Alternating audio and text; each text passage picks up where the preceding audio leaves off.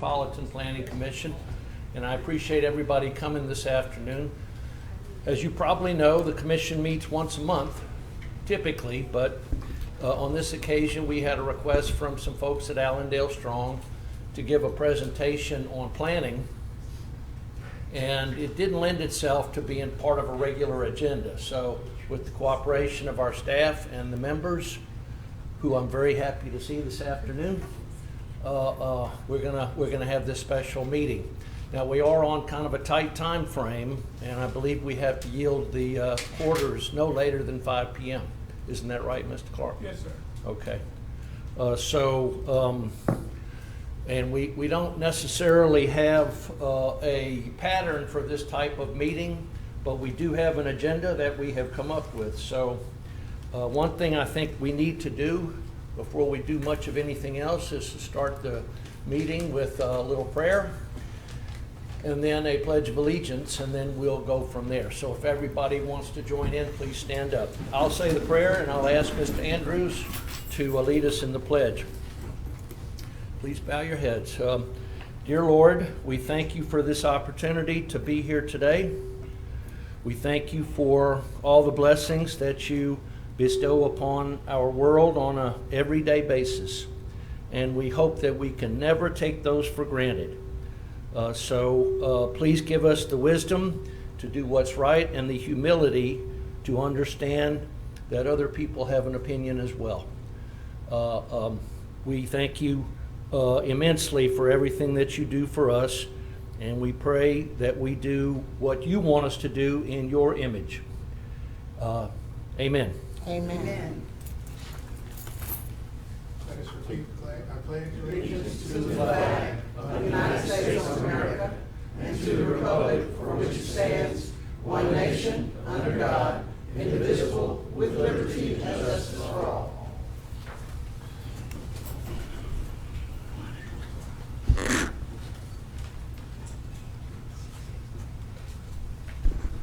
My mentor, Foster Campbell, always taught me to recognize the elected officials in the room, so I'd be remiss if I didn't make note of the fact that our new mayor, Tom Arsenault, is here. Thank you for coming, Mayor. Do we have any other elected officials in the room? I know we have at least one former elected official, and that would be Miss Wilson. There she is, Rose Wilson McCullough. Okay. Our agenda, which I hope you picked up a copy of outside, has the call to order, the invocation, the pledge, the opening remarks by the executive director, and I think we're here now. So, Yes. Mr. Clark, do you want to go ahead and take the floor for a moment? Yes, sir. Thank you so much, Mr. Chair. I just wanted to share with the audience, that this is really a wonderful time within our city. We are looking at all kind of possibilities in our city. We are about to embark on updating the 2030 Great Expectation Master Plan, and that's what planning is all about. Having the opportunity to come together, to sit down, to listen, to exchange ideas, and come up with things that are best for the city of Shreveport. I'm sure that every person in this room, like me, love the city of Shreveport, happy that they've been a part of the city of Shreveport, want to continue to be a part of the city of Shreveport. I'll just take you back shortly, maybe some persons in this room, I know a couple of you will remember, at one time the MPC Board had 2 meetings a month. And the reason for that was the first Wednesday in each month, the MPC Board would deal with the rezoning, the land use issues, the subdivisions, and so forth.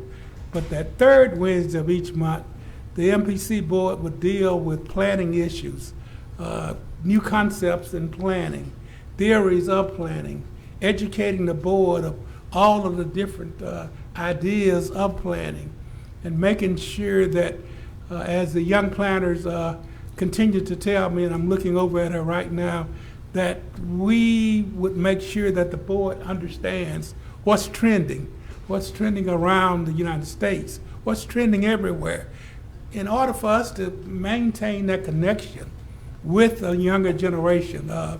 And the only way you do that is stay up and abreast of exactly what's going on with what you're doing. So when I had my first meeting with the members of the board of Allendale Strong, and they shared with me that they wanted to bring to the board the idea of how land use planning and transportation planning are interrelated and connected. And I thought that that was a great idea.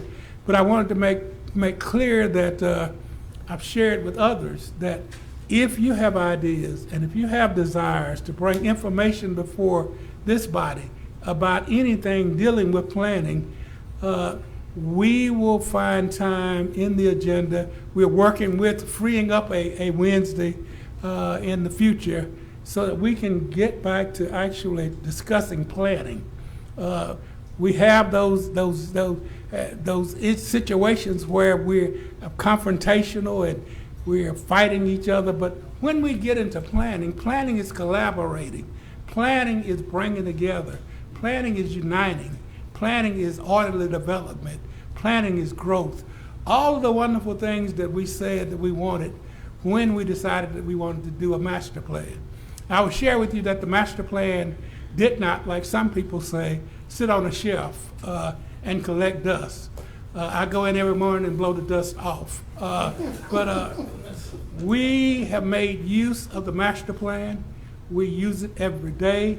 Once we go through this year-long exercise of updating the master plan, because as you well know, back in 2010, things are totally different now than they were then. So as we go through that process and as we bring the city together, as we reunite as a people, I think that we're going to be excited, and I hope that you will go along with us on this journey and participate and be truly involved in everything that's happening. And as I've said, that you will get in touch with me and say, you know, this is what we are working toward.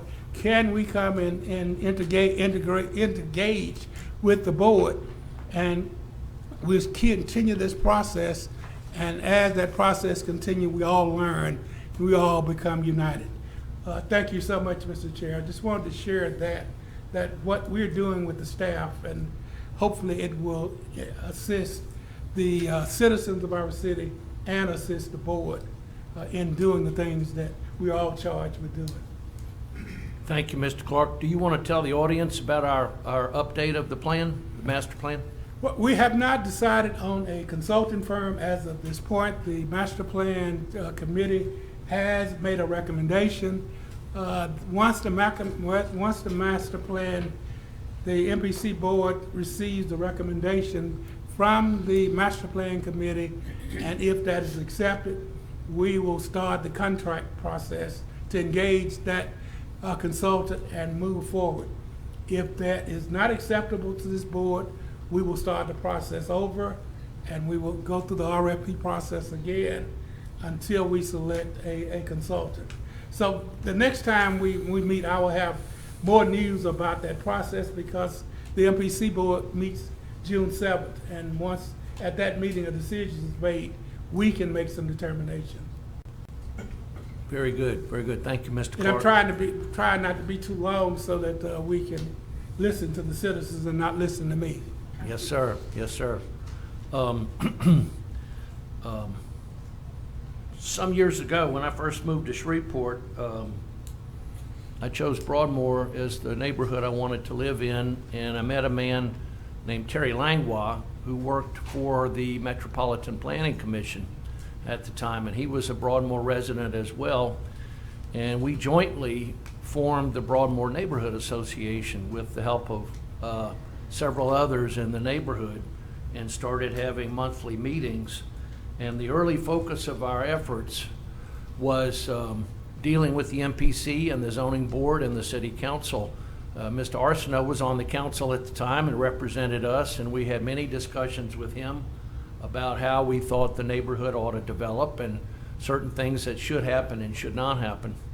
And one of the things Terry told me about was an interstate project that was coming to North Shreveport that I should pay particular attention to. And shortly after that time, I lost my freedom of speech because I went to work for Foster Campbell, and I became his spokesperson, and he was constantly reminding him that when I speak in the community, I speak for him. So that was a very good relationship. I don't mean to suggest it wasn't, but when I retired 2 years ago, I regained my freedom of speech, and once again wanted to talk to some people about the Interstate project. And that's when I met the folks at Allendale Strong, Dorothy Wiley, Kim Mitchell, Jody Dosher, Kay Grammer Camp, Rebecca Thomas, and John Perkins, and a number of other folks in the community who are trying to cast transportation in a different light. And that's when I started to look at the maps of the city. And as anybody can tell you, when you look at a map of Shreveport, it's divided. It's divided east-west by Interstate 49, and it's divided north-south by Interstate 20. And those divisions are powerful, and they're 24 hours a day, 7 days a week. They never let up. They always stand there as a barrier between communities and neighborhoods. And I think had we to do it all over again, I'm hoping, now I'm not a native of this town, but I love Shreveport and I've lived here a long time. But I think we'd have done things somewhat different. And the narrative I was told, and I'm not going to step on your presentation, Kim, the narrative I was told was that the planners felt completely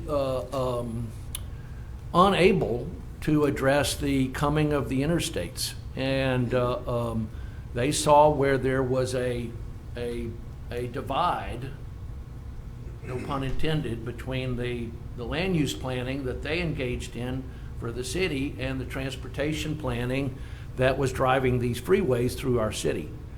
So that's kind of the theme today. That's the message that I was told existed. And it's time for the Allendale Strong people to put their cards on the table and make their presentation, so you can tell us all about it. Okay. Good afternoon, and thank you to the MPC staff, board members, and chairperson for allowing us to come in today and share our slides on we'll be presenting on transportation planning values. My name is Dorothy Wiley. First, I'd like to let you know I am an Allendale resident, and I'm also a member of Allendale Strong. Allendale Strong is a learning, doing community where citizens came together with their knowledge to renew our community relationally, economically, and environmentally. And since then, we had formed that in February of 2012. So now it's going on 11 years that we've been doing this. Allendale Strong also has convened a statewide learning and doing group of citizens and across the state, which includes New Orleans, Baton Rouge, Lafayette, Monroe, Shreveport, and now Natchitoches has joined. And what we do, we come together to reform transportation planning at a local, state, and national level. We also, right now, we have two of our Four Corners Coalition people, one from New Orleans, Amy Stelly and Danielle Richards, who are now in Charlotte, North Carolina on a national panel.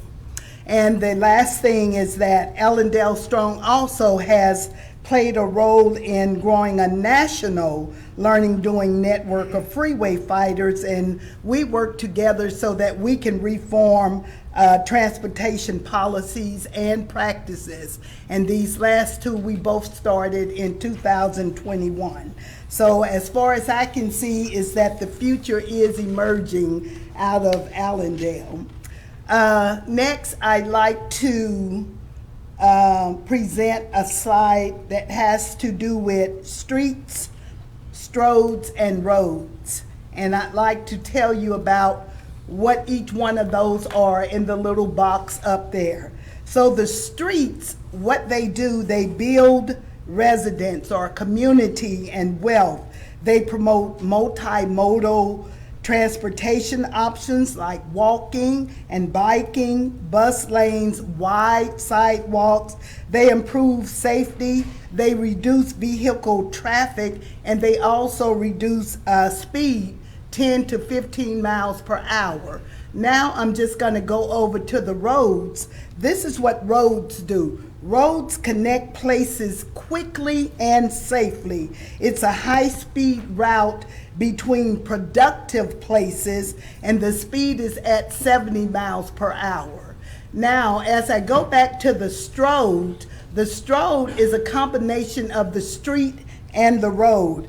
And the word Strode explains the most dangerous multi-laned thoroughfares. So when a street where people are interactive with businesses and residents, that's a street, and it's combined with a road that is high speed between productive places. So a Strode, if you're doing more than 20 miles per hour but less than 50 miles per hour, that's what you're getting, and it's a dangerous place.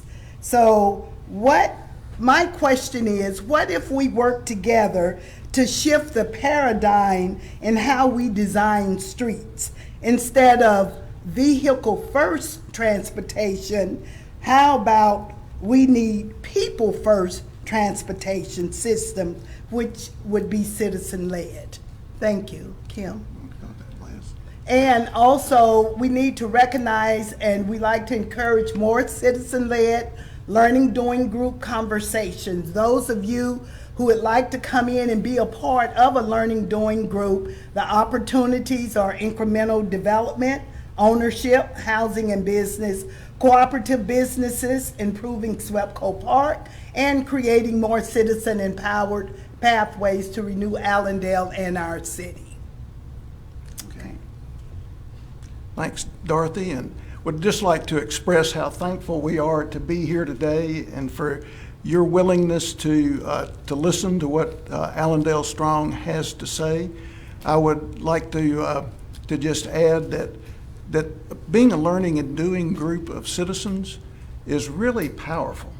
If you consider that all the challenges we face in our city, that one way that we can be hopeful is if we come together, learn together, and take action on what we're learning. And so that's the hope that we've gotten out of our group, very diverse group of people that started in Allendale with 15 homeowners who were very disturbed by encountering a public transportation planning process that they felt was unjust and manipulative. And their response to that, against all the power and influence of our city, was to take their relationships and begin to learn. And that's become an attractive force. As Dorothy just showed you, not only has it attracted people from across our city, but it's connected us with people across our state and across our nation who think that we really do need to change the way we're thinking about transportation. That's important.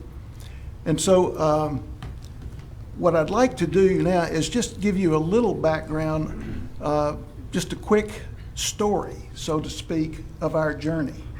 And that we're going to use this iceberg model because it provides a way to just explain where we are and the situation. So above the water in an iceberg are events. And you could think of those events as the potholes that you navigate around in our city, the erupting water lines, the feeling that you get as you drive through an inner city neighborhood and see the state of decline and abandonment, and even the crime and concentrated disadvantage issues. Those are all events. But those are events that just make up 10% of the situation.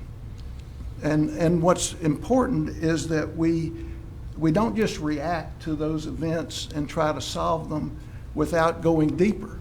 That 90% of the situations that we experience are below the surface.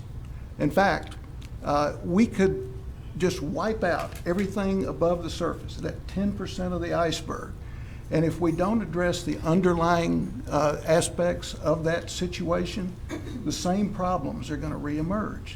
And so our path of learning has been to take the adventure going below the surface and learning.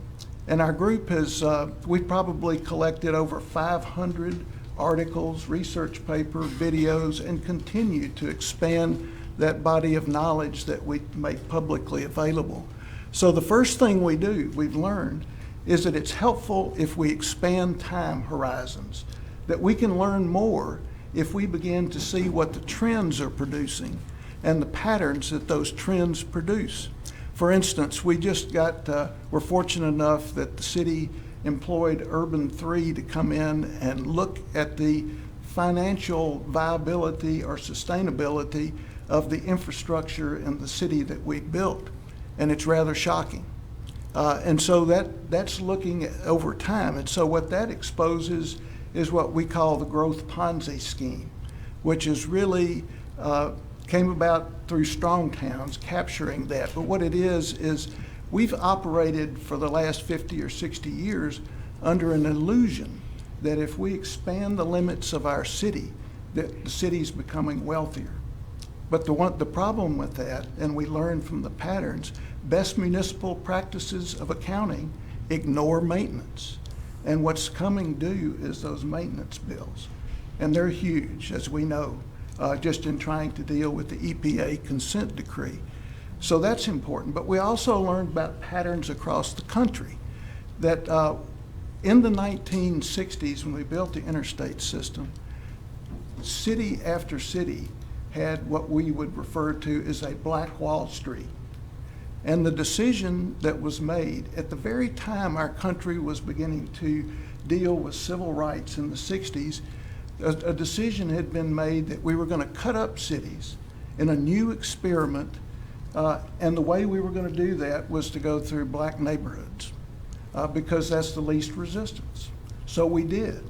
And so across the country, we wiped out vibrant communities. And so that's a pattern that we've learned.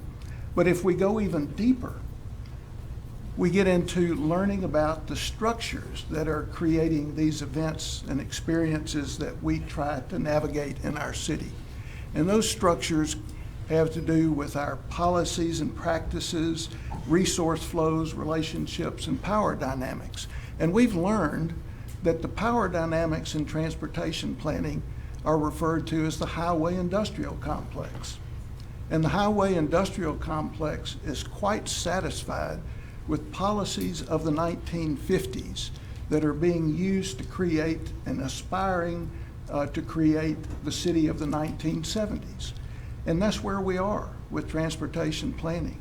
The assumptions, the technology methods are all based on, they need to be updated.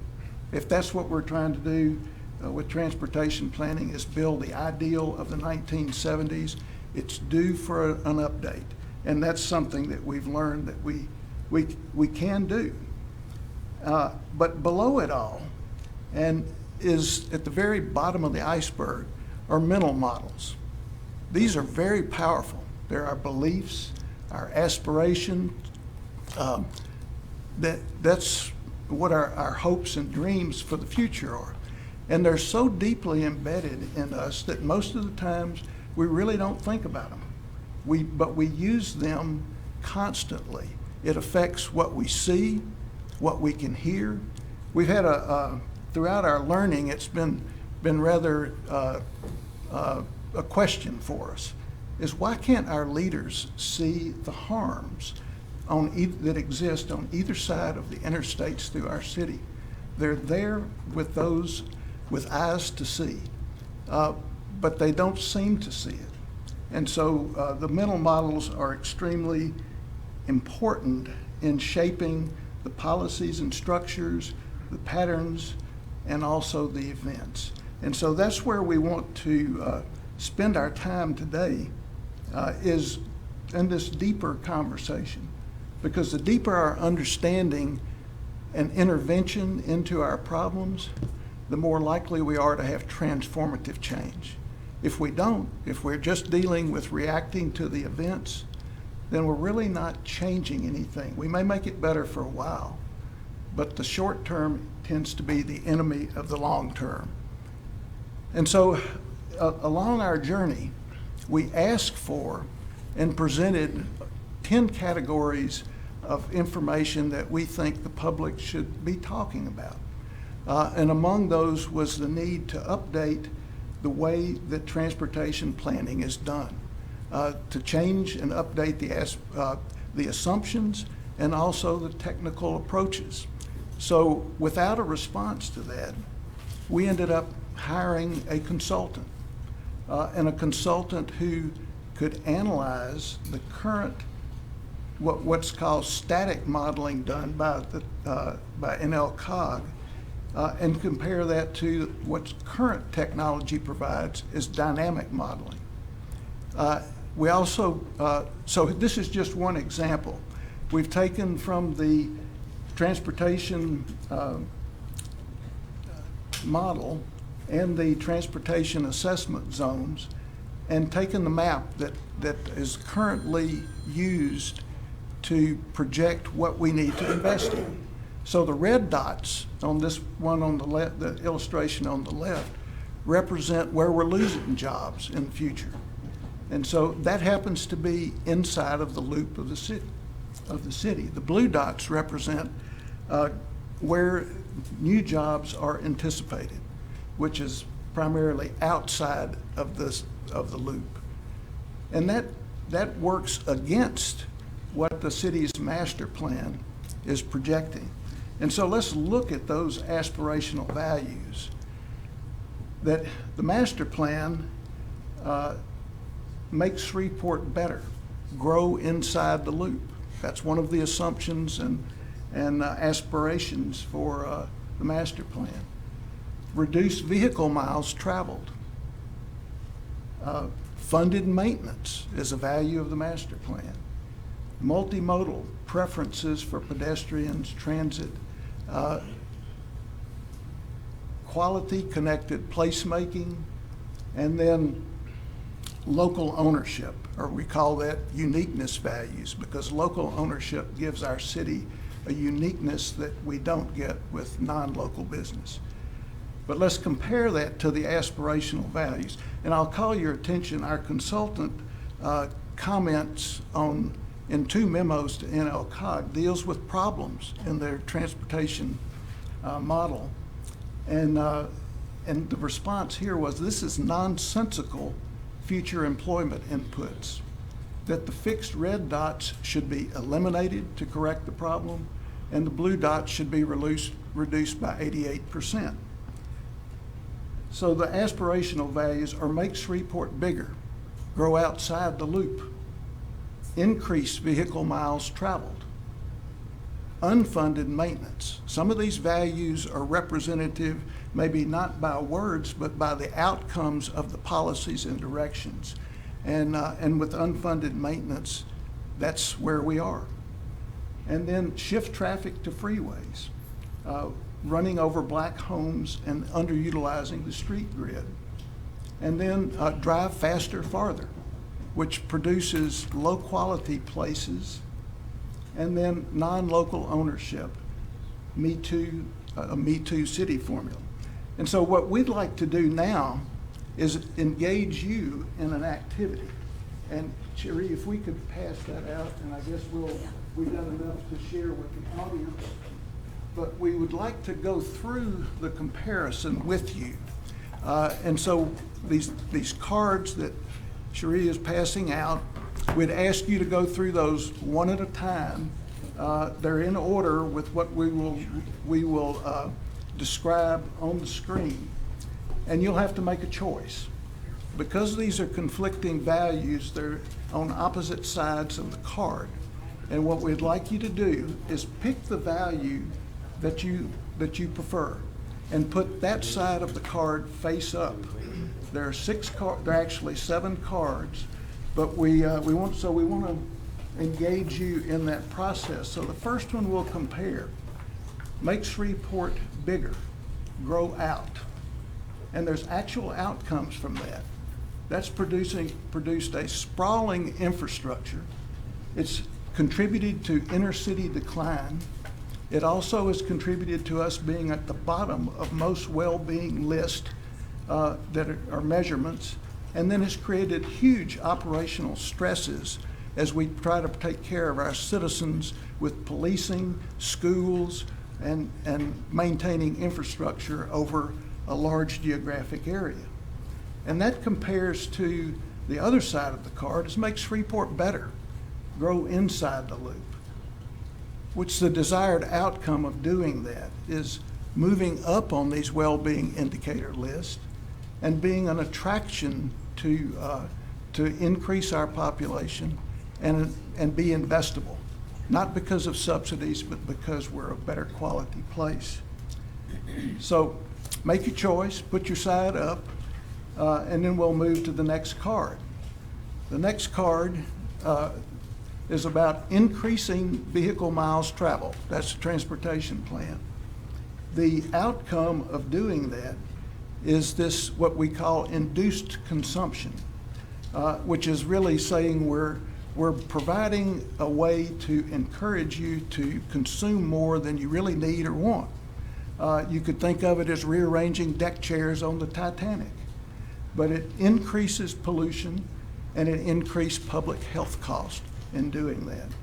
Compared to the other side of the card, or the citizen-driven master plan, is reducing vehicle miles traveled, which is really about increasing time with family and friends in healthier places.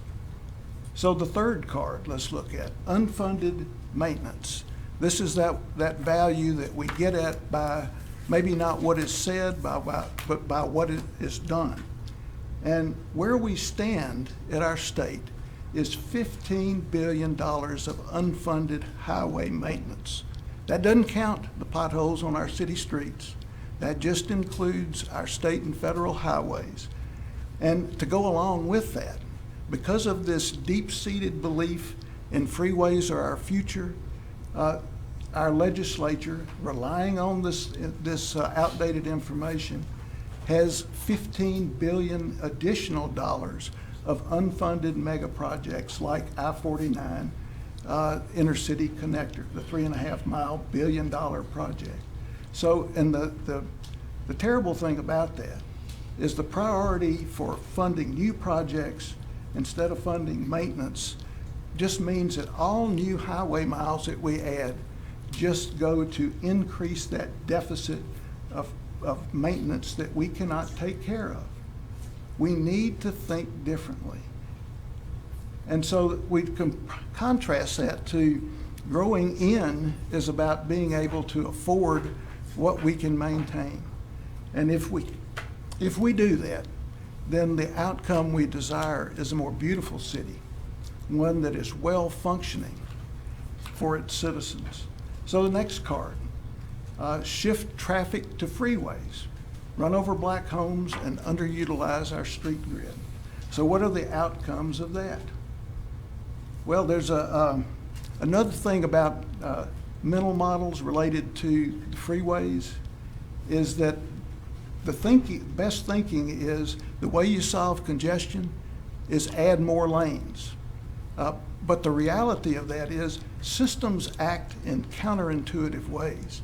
And so what we've learned through the research at UC Davis and others that are transportation research places is that that's wrong. Actually widening freeways, increasing capacity, does nothing but increase congestion. That's counterintuitive, but that's the truth. And so, that's part of changing how we think. If we continue to do that, to add capacity that goes into unfunded maintenance, trying to solve problems that we're just making worse, we need to think differently. So the contrast to that, being multimodal, putting priority for pedestrians and transit. And the priority for pedestrians is that it's walking people who buy things. We do have drive-ins, but predominantly it's people on foot who are buying things. And so there's a reason that that's a good thing to do, to prioritize rather than continuing to prioritize individual vehicles over transit and over pedestrianism, which has us killing more pedestrians across our country than at any time in our history. And, so we're now saying that this would give us increased safety and community gathering places. So drive faster, farther is a value. Next card. And so what that produces is low-quality non-places. And it's also auto-centric. Dorothy mentioned Stroads, which are the least wealth-producing and most expensive and most dangerous roads that we've added, and they're the ones we've built the most of in recent decades. And then, it just fuels income inequality. And then the contrast to that, the other side of the card, quality connected placemaking. So pedestrian preferences for safe, wealth-building streets, and you'll notice we're saying wealth-building streets, place-connecting roads. That should be our aspiration in order to get the most out of our city for its citizens. And then the final one is non-local ownership. As we build a sprawling infrastructure, the primary beneficiaries of that are non-resident owners who need a larger catchment area that is facilitated by this sprawling transportation highway system.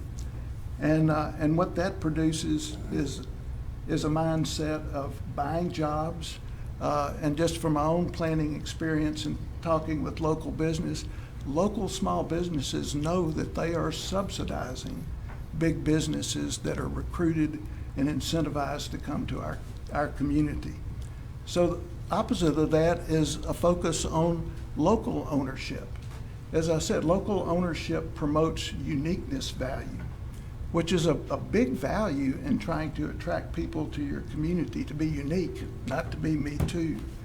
And then, what that produces is increased equity and well-being, and I think there would be the opportunity to consider a new Black Wall Street as opposed to the ones that we have done away with in our country and Shreveport back in the 60s.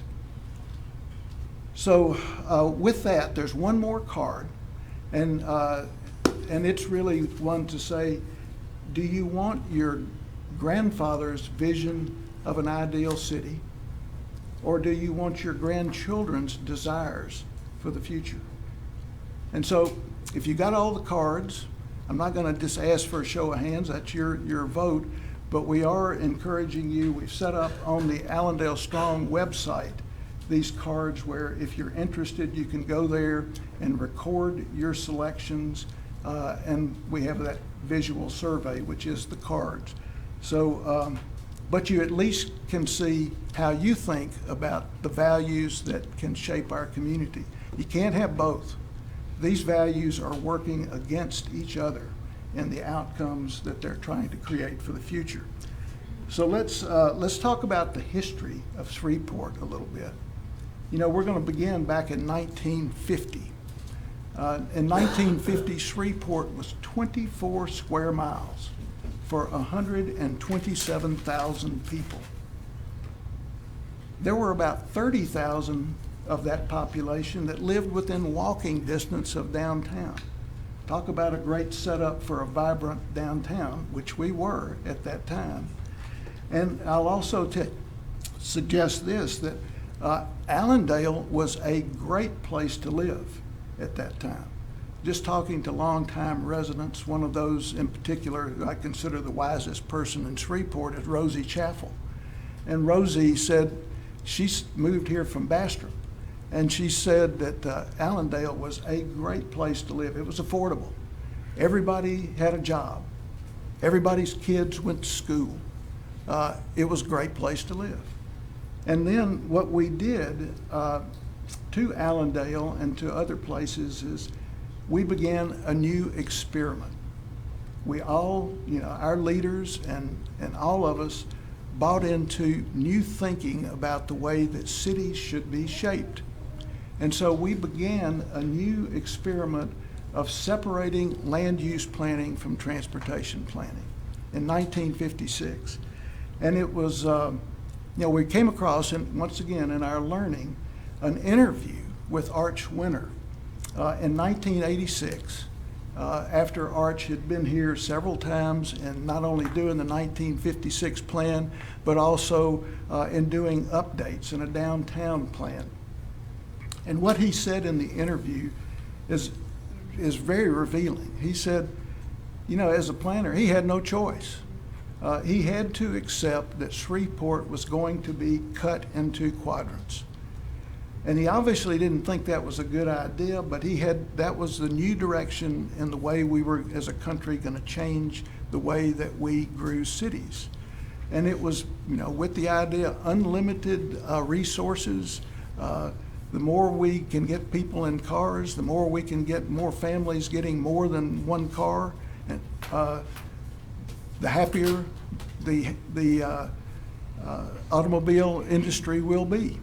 And so we did that. But Arch also recognized in that interview we'd be really smart to separate local and through traffic, that in doing that, it's actually good for both. And that is the position of Allendale Strong, is that we need to separate local and through traffic.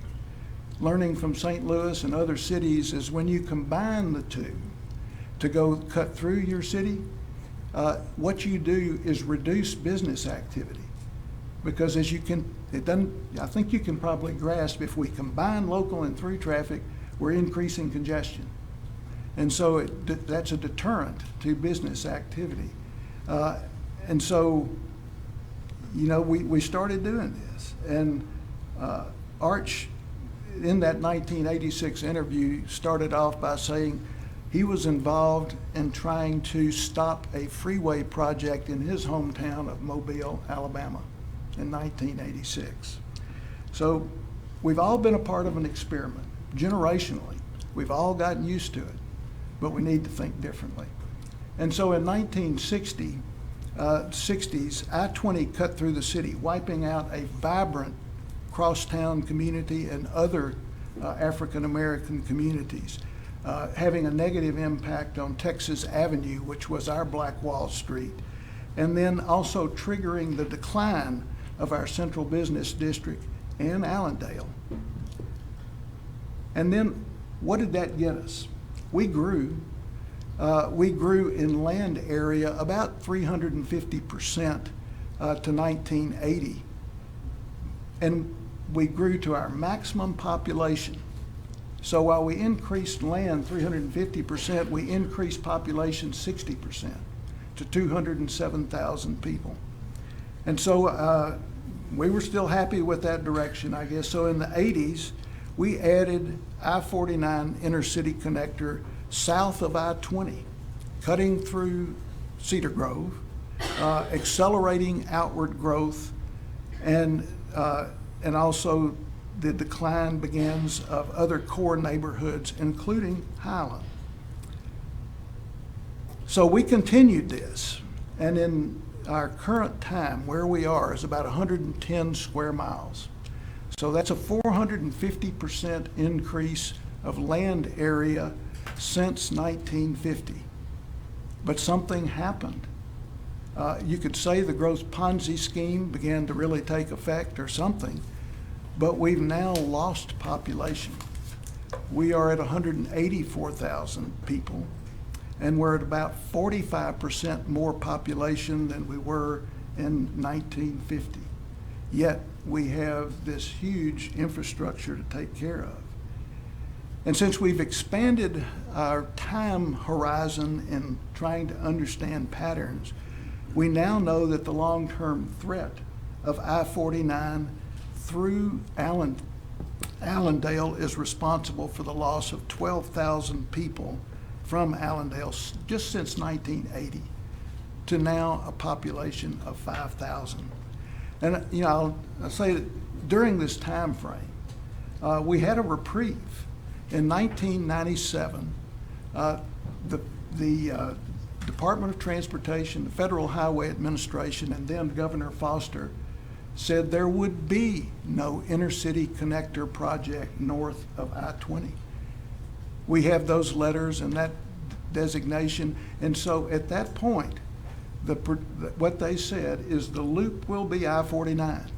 The only thing necessary is some restriping and some minor upgrading, and it would serve well beyond 2013, well beyond. Partly because the transportation modeling always overestimates the actual demand. And so that reprieve allowed in 2006, 50 homes to be built in Allendale, 50 homeowners added to the mix. And then in 2009, the reprieve went away. The politics of determination of the highway industrial complex and those mindsets of belief that freeways are our future were determined. And there's a reason that across the country, projects like I-49 Intercity are referred to as zombie freeways. Those that believe in them just will not let them die, even though they need to. And so we want to show you just this expanding your time frame to understand the harm. And we've come to refer to it, what happens is there's a strategic urban freeway land curse. And that starts with a series of dominoes. And the dominoes begin to fall with the selection of a route. And what happens is the selection of a route or the area for multiple routes that are all the same thing initiates a redlining, which initiates a long-term property disinvestment cycle, or you could think of it as just land clearing for the freeway. Population loss begins, business closures begin, food apartheid surfaces, because remember, Allendale in 1950 was a great place. Everybody had a job, everybody went to school. It was a great place to live. There was food there. And so then more population loss, school closures, which add to concentrated disadvantage problems and generational poverty. And ultimately, the end of this land curse phase one cycle is we've now lowered the value of land cost for purchasing land to build a freeway. And so that's the picture. We were advised by the EPA folks that you got to look at disproportionate impact, not on the current window, which is what NLCOG and the transportation planners wants us to do. Go out there and look now. Nobody's there. Well, there's a reason. The EPA said expand your time horizon. Look at the past, look at the present, look at the future. And so the future, the next phase of the curse, the dominoes are already kind of lining up, but they begin with the loss of home ownership for those 50 people that are in the path, 50 families. And they begin a cycle of downward mobility as we've taken them from home ownership into a place where they can no longer afford that because the land values have gone down. And so the ultimate, where this ends up, if we continue into the phase two of the land curse, is that, if we build it, there's a health toxicity zone 1,500 feet each side of a freeway. The health consequences are not good. And then we continue this to the point of following other cities, aiming at financial city insolvency because of our determination to believe that by building a freeway, we're growing prosperity when it's just not true. And so we've dug into this pretty hard. The learning part of it is great, but the learning part is exposing something. And so we looked at why do our leaders continue to believe in freeways? We recognize now that they're relying on our MPO to produce information that they use to justify their thinking and their advocacy for building more of these freeways. And that advocacy is so strong. I mean, it's just unbelievable to think that, okay, we don't have enough money to take care of our needs. And so what do we do since we have this big deficit and we can't get enough money out of the federal government? What other pockets of the state government can we pilfer to deal with our addiction to roads? And so what we find first they do is, or among the things, we don't know all of them, but we do know this, we leverage the unclaimed property fund to the tune of $15 million a year. And as I understand leverage, that means we're borrowing against that asset that belongs to someone else. Or we do like we did recently with the strong political support. We took sales tax on cars and shifted it from health and education and other needs to put it toward transportation. Most of it going toward these new mega projects. And so what we've found, and we've had it's been wonderful to connect to all the great minds across this country and the great minds in our community that have joined with us in our learning. But what we expose is that the economic justification used by NLCOG is really nothing more than propaganda. And it's interesting too that the promises of freeways, the promises of wealth, which we hear huge, unbelievable number, 800 million a year. But has anybody ever checked the math? Has anybody ever checked the previous promises of what was going to happen when we cut through Cedar Grove? What was going to happen when we built I-20? Well, what we found, nobody's checked the math. Particularly no private citizens have bothered to check, is what we're hearing true? Let's question it. Let's find somebody to prove to us what we're hearing. Or was it just the illusion that we're getting big federal dollars and how could we deny that opportunity? But the justification is only three things. Only three things. The first one is that we're going to be able to monetize time savings from driving on the freeway, which is not true. That's hocus pocus math. Nobody can spend the time savings, if there is time savings, because they don't count time caught in traffic or congestion, which I think the congestion time delay for Shreveport citizens is something like 18 hours a year. And so that's not real. And then there's also the promise of economic activity at exit ramps, and that somehow there's going to be a real estate boom that causes investment to happen that helps our city at all these exit ramps. Well, if we get something at Burt Coon's exit ramp, which is non-local ownership for the most part, but what about our inner city? Go look. We get a pawn shop. We don't even get gas stations on the inner city exit ramps. And so it's not real. So there, once again, it's just propaganda based upon thinking about what could happen in 1950. That was the desire, the aspiration. And so the math, the justification is all based on that. And then there's the big one, which called the agglomeration effect. That's the term.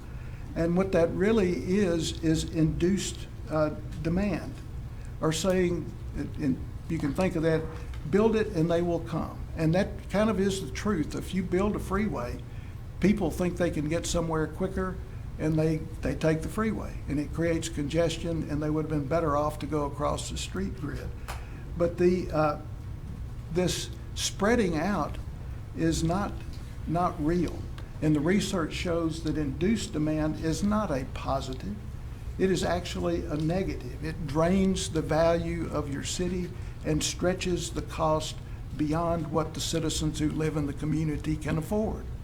And so we've found that there are things that the economic justification doesn't provide, and it should. And there's a good list of those things, starting with when we build a freeway, we lose taxable land. And then also there are public health costs and environmental impacts that are not measured, and public services costs due to the sprawling infrastructure. I don't know if y'all are aware, but Shreveport has on the books about twice as many police as other cities our size, other cities our population. One of the reasons for the need for a large police department is the geographic area that our police are trying to cover. We're too big for what we can reasonably afford. And there's no responsibility for the disinvestment of core neighborhoods, no recognition of the negative induced demand phenomenon that is a negative, and then the contribution to inequality and generational poverty, and then increasing the stroads. That highway mindset has infiltrated our wealth building streets. I don't, maybe you've got your own story, but I relate to Kings Highway. That was a true wealth building street. But then we took this mindset of we got to go faster. And so we got to speed traffic up, and traffic has to travel more safely. We're not really concerned about pedestrian safety. We'll say we are, but we never have money to do the pedestrian side. And so what did we do? We straightened out bends. One of the things that is very useful when you're trying to build a wealth building street, slow traffic down. Turns in the road did that. We took away some beautiful vistas and cut trees, all in the name of speeding traffic up, only to get to a bottleneck. And so what do we do in our last project? But we really widen Uri Drive and Kings Highway and spend $10 million for a block. And what is it getting us? And so, we mentioned having a consultant. And that consultant, we're glad to provide in conversations with you and for you to question him. Very experienced and knowledgeable in transportation modeling. He's worked in over 30 states. And he's produced 2 memos that we have shared with NLCOG. And in doing that said, what problems we identify, we will share a fix. And some of those, you've seen the one, nonsensical employment inputs, troubling assumptions about the concentrations of poverty and wealth, gravity model problems that make alternative analysis of transportation scenarios impossible. Now, this is more than you want to know. This is technical stuff, and it's taken a lot for us to process it in a way that we have some level of understanding. But a gravity model in transportation modeling, essentially the standards say there is a preference that drivers have for short trips, but not in our transportation model. In our transportation model, there's a preference for long trips. And so that doesn't really work and meet the standards of modeling. And then also I-20 modeling problems. There's no work on the I-20 bridge, which is the second most heavily trafficked, structurally deficient Louisiana bridge. And then modeled housing growth in this transportation regional model dooms Shreveport. It just dooms it. And those graphics are available. And then I-49 produces negligible time savings for a few people. And we have that map too to show that there's a few people living north of the city that may save 15 to 30 seconds on a trip.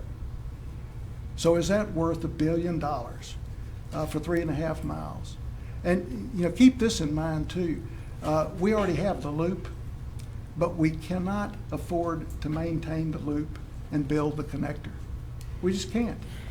And so the choice is, do we maintain what we have, or are we still that determined to build more new highway miles that go into the unfunded maintenance? All you got to do is call the loop I-49 and you get federal dollars to maintain it. It's that simple. So, this is really information. We appreciate you listening to what we have to share, what we've learned. We're continuing to learn. There's a lot of information we'd love to share with you, but this is the essence of it, is can we work together on a few things? And so what we'd like to do, Bill, is just propose 3 items that we would love to continue our conversation with you, find ways to engage more citizens in the conversation.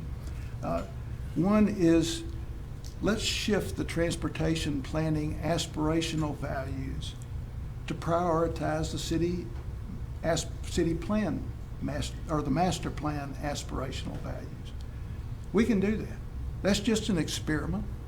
And to make it more real, our consultant is contracted to do that.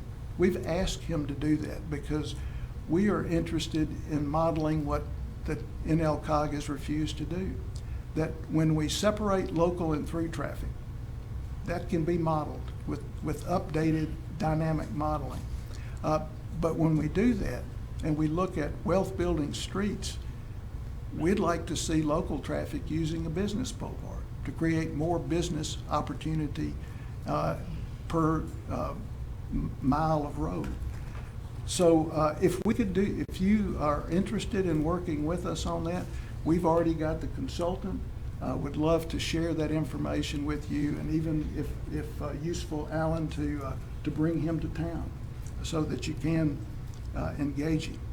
The second thing we'd like to work with you on is reconnecting transportation planning to land use planning. There's been lip service given to that over the years, but what it lacks is prioritizing citizen values over engineering values. We've learned a lot about that from our friend Chuck Marone, who has been to town, who's actually run a retreat for you that we helped provide the funding for. And Chuck actually wrote about the economic justification in Chapter 8 of his book, Confessions of a Recovering Engineer, that came out a year or 2 ago. It's about Allendale Strong efforts. So this is important. And it could go farther too, because when we started taking apart thinking about a city that we began in the 1950s, we also took planning for education. It doesn't stand with the master plan. It doesn't stand with the Metropolitan Planning Commission. There's a lot to consider to reconnect, but we could do ourselves a great service by starting to reconnect transportation planning and land use planning so that we're being practical. Joe Minicozy from Urban 3 said, we just need to start thinking practically about small wins and ways that we can begin to reduce our expense on infrastructure. This is a way to do it. There's no magic plan. It's just going to take rolling up our sleeves, trying to strengthen citizen values as underpinning these planning methods, growing the relational capacity of our community, not just the engineering aspects of here's what you need to do. It's much more complex than that, much more beautiful than that. And then the third thing we'd like to work with you on is engaging citizens in meaningful learning, doing opportunities. There's a need as we reconnect planning to help all of us think more holistically about the solutions that we create to the problems that have been generated by our growth patterns over the last 60 or 70 years. And so these 3 things would love before citizens get up and say what they think or champion the freeway, to get a little feedback on these 3 things, because we sincerely would like to work with you on these 3 items, or any of them, really. So, Bill, that concludes our Thank you, presentation. Kim. I'd like to ask you to take questions from the board at this time. Okay. Well, Ms. McCullough, go ahead. I'll just start. From what I've listened to, I know that we're considering hiring a consultant at some point, right, Mr. Clark? That's correct. So what I'm hearing today is that Allendale Strong would like to be a part of the planning process in these areas that they're discussing. Is that what I'm understanding in the future?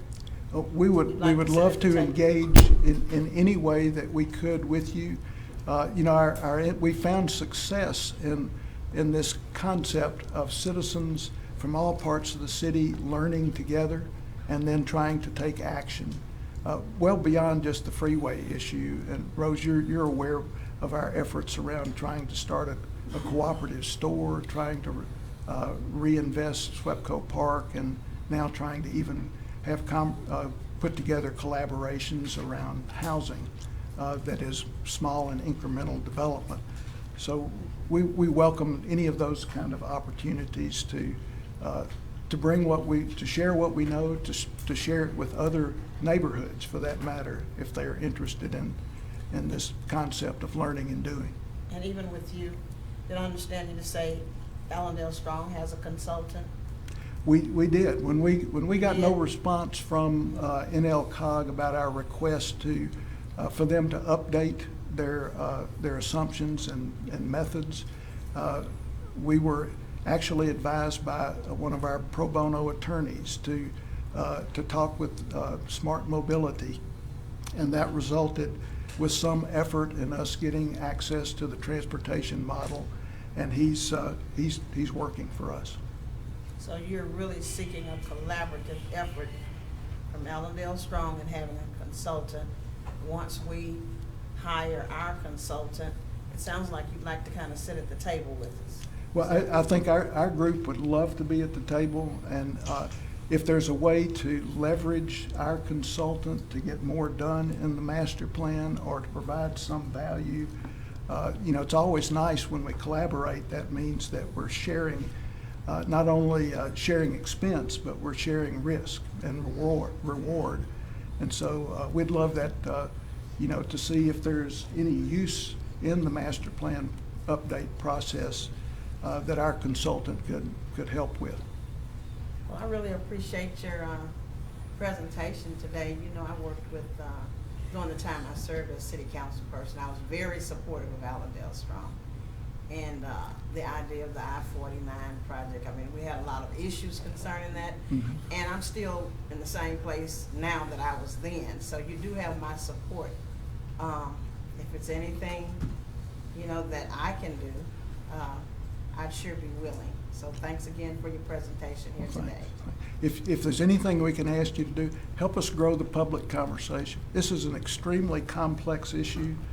We love the people that are for it, but we sure would love it if there was more open conversation that there hasn't been. And that power dynamic has really tried to suppress open conversation. Any other board members?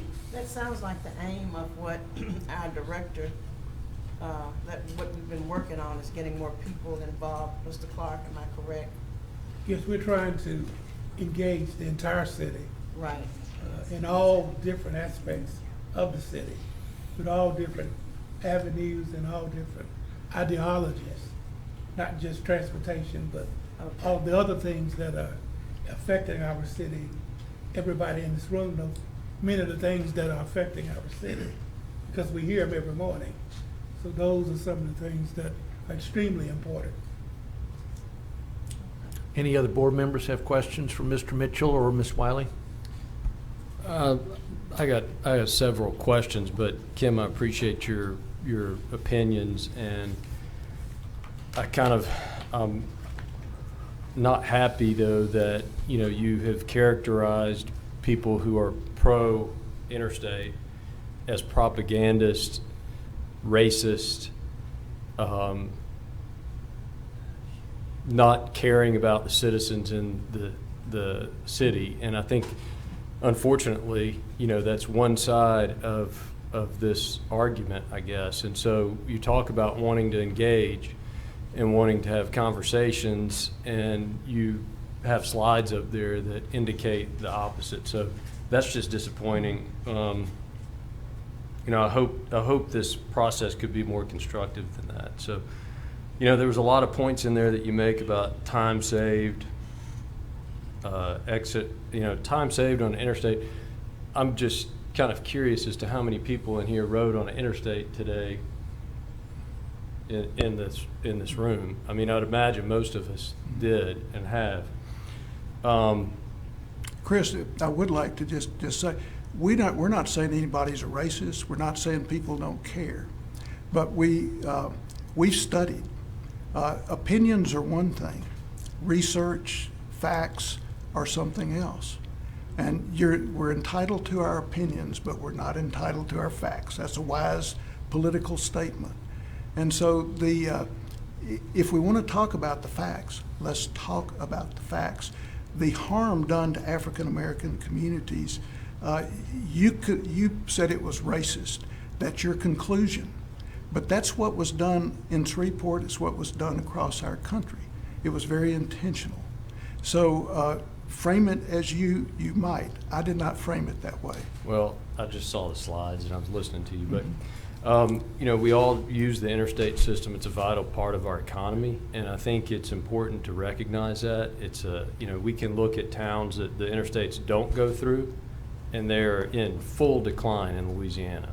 And I'm sure there's a million examples of those. So you can't necessarily blame the interstate for all of the problems that we have in Shreveport. Our economy is changing. It's never going to stop changing.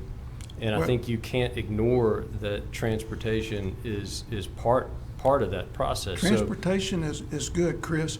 Once again, the evidence is that interstates connecting cities is really good, really productive, really a good investment. It may be $5 to $10 million a mile.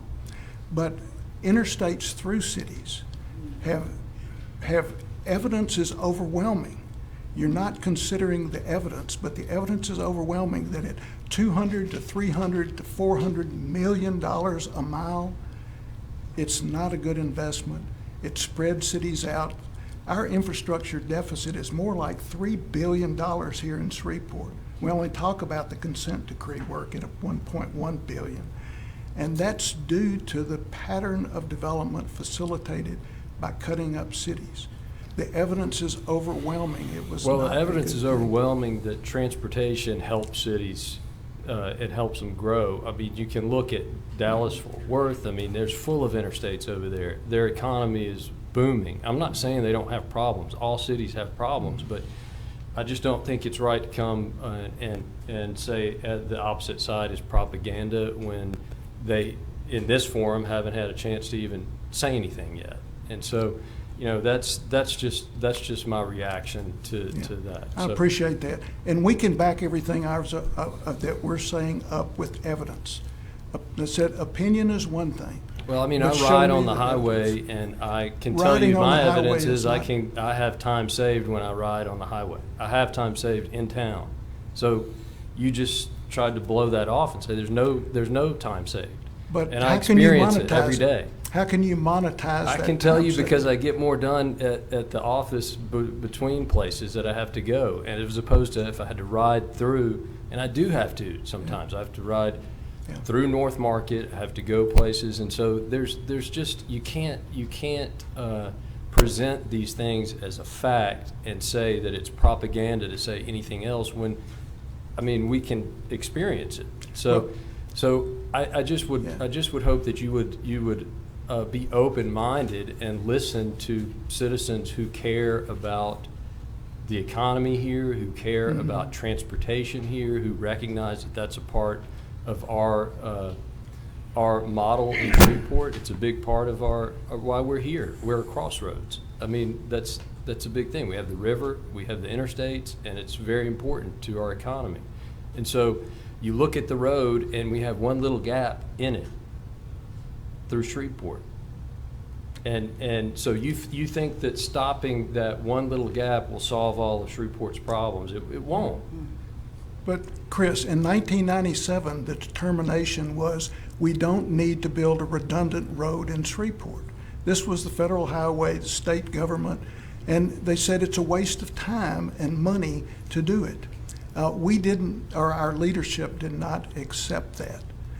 And then what are we supposed to do with the dishonesty of the statement? You said there's only this gap. There's a 180-mile gap north of Texarkana. There is a gap between Lafayette and New Orleans. I saw recently that the cost to close those gaps is somewhere close to $15 or $16 billion. And here we're trying to create a redundant connection in Shreveport with all that cost of doing that, which you're right, the connection of transportation between cities is highly valuable. It's what they do in cutting up cities that is not. And I just want to add something. To me, what I'm hearing you say is that you're prioritizing transportation over citizens. No, I'm not. Okay, and really, but that's another thing. You present all these arguments as either or, and you say they are either or arguments, and they're really not. They're not either or arguments.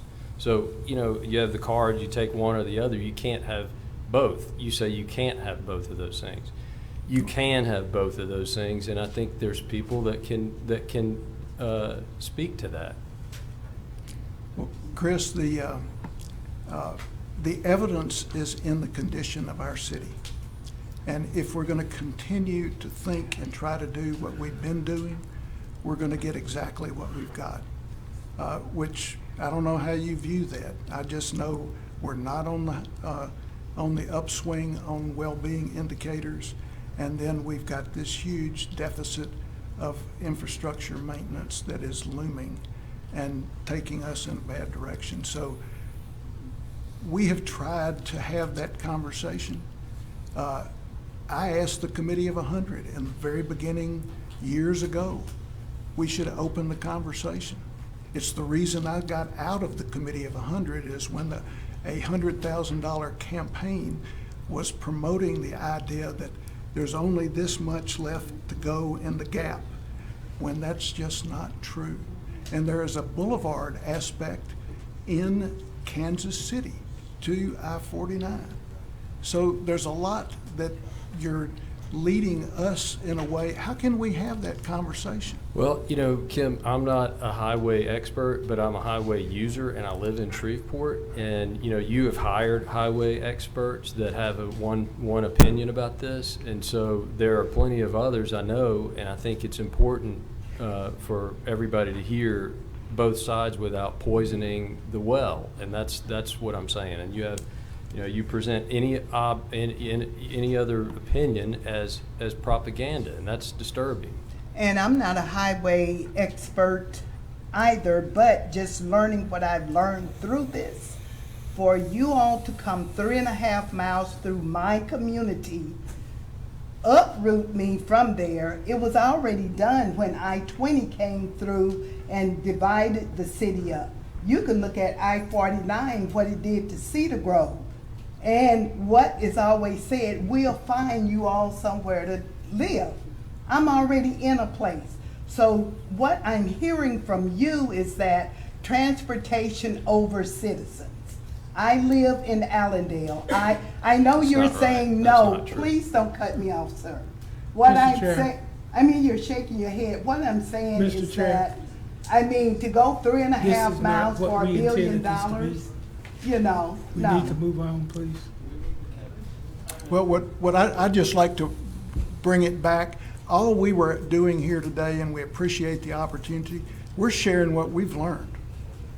We've yet to see anyone else share anything other than the opinion with no real evidence. The evidence of propaganda doesn't come from us. It comes from Chuck Marone, who analyzed the justification report in 3 articles that if you haven't read them, you should. And then what I'd like to bring back, these 3 things on the screen is really what we would love to work with you about. We think that these are important. What does it harm anyone if we change the aspirational values of the transportation plan? There's no commitment to do that. It's just, what does that give us in terms of forecasting for the future? Or do you agree we need to reconnect land use planning and transportation planning? Let's work together on that. And then, where we haven't had meaningful opportunity to engage because the power dynamics are so one-sided against a citizen group like Allendale Strong. And so let's improve that. strengthening citizens is important, and the way we can do it is by learning into our challenges in a way that we're able to talk. And right now, said as much as we would like to engage, y'all got all the power dynamics on your side. You control everything. All we control is our learning and our trying to share what we learn. Kim, I want to make time for members of the audience to speak publicly. I've got a question, though. I've got my deck of cards. It's all face-up green, but I can't find the ace of spades. So, you know, when I play cards, I always have an ace of spades in the deck, so, or sometimes up my sleeve.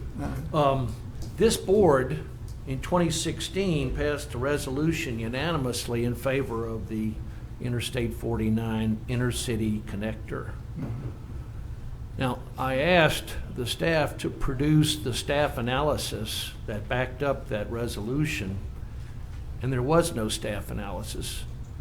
Anybody who follows this board knows that when we have the smallest little rezoning or 3-lot subdivision, we get page after page after page of staff analysis. But here was this board endorsing this interstate project with no staff analysis, no assistance at all. So to me, that really paints a picture of a gap between transportation planning and land use planning. So if anything comes out of today's events and this process we're going through now, I'd sure like to see some staff analysis of 49. Yeah. Well, it's still curious to us. Why was it politically revived in 2009 when the road project was dead? Well, maybe some people in the audience have some insight into that, and we can ask them that question. It was officially dead. When are they gonna get to talk? You said the meeting's gonna be over. Mr. Saddle, thank you for asking your question. I'd be happy to leave, but it's 4:30 and it's supposed to be over 5. Are you gonna ever let the other people talk? I'm here to hear both sides. I haven't heard that except for one speaker. Thank you, Mr. Saddle. Appreciate it. You're welcome. You can read about it too. Are we gonna let the other people speak? Are any other members of the board ready to ask any questions of these speakers? I want to give you all an opportunity. Okay. Why don't we throw the floor open to comments and questions from the audience? And Kim, you and Ms. Wiley might need to be prepared to come back and offer any That kind won't of be in the response. rebuttals, Mr. Chair. I beg your pardon? This is not a regular scheduled meeting. That does not leave space open for any rebuttals. Everybody's just making presentations to the MPC board today. Right. Okay, mighty fine. Does anybody from the audience like to take the microphone? Mayor, come on up. I'll introduce you. Tom Arsenault, Mayor. My name is Tom Arsenault. My office is at 505 Travis Street, Suite 200. I have to agree with Mr. Elberson that as I was sitting there as an elected city leader, I felt insulted. Perhaps it was in a passive-aggressive way, but the implication was clearly there, and I think that makes it very difficult to have a constructive conversation. But let me tell you that I want to talk about planning because I've only been involved in planning in Shreveport for 44 years. And both as a citizen, as a member of the city council, as a person who represented many people before this body. And I think it's important to understand, and I was very much involved in the adoption of the master plan, Great Expectations 2030. And I think I've learned some of the mistakes of that master plan. And I think it's important for you to understand because it appears to me that there are two ways of looking at planning. You can look at it, as I believe Allendale Strong does, as purely aspirational. We ought to decide what people should want to do. We should decide where we're going to force people to be, or we can plan for where we think people are actually going. Master Plan 2030, the Great Expectations 2030 plan, did much more of the former and too little of the latter. The result of that has been a lack of development within the city of Shreveport and a large expense of developers who want to do things in the inner city, who want to do things within the city of Shreveport, and they find it extremely expensive and time-consuming because of the things that have been adopted as a part of the Unified Development Code, as a part of Master Plan 2030. Now, you can make that same mistake again, and it'll be even harder for people to develop within the city of Shreveport. Or you could take a more practical look at what we're actually doing and where people are actually growing and what they're actually doing, and you could develop that. And I'll give you a good example. The people of Austin, Texas, for many, many years were anti-growth. So they wouldn't build infrastructure. They wouldn't build interstates. They wouldn't build stroads, to use the term. I don't know why the boulevard isn't a stroad, but I'll accept that they believe that it won't be a stroad. All right? But what happened at Austin? They couldn't prevent the growth because it's got a huge state university. It's the state capital. And so the intellectual capacity happened now. Drive around in Austin. You want to see congestion? It's maybe not as good as Baton Rouge, but I would give you the congestion of Austin. That's the kind of thing that you have to address, and I would urge you to address the practicalities of the situation and not to make your views so aspirational as to cut off development in the city of Shreveport. Thank you.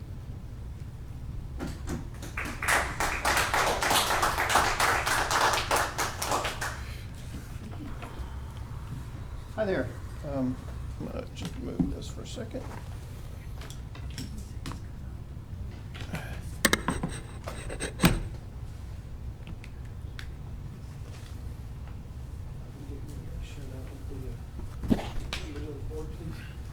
Hi there. My name's Tim Magner. I'm the president of the Greater Shreveport Chamber of Commerce, and we've been a learning and doing organization since 1910. So 113 years. So I want to talk a little bit today about correlation and causation. So correlation is when two things happen that aren't necessarily connected, and causation is when one thing happens to make another thing happen.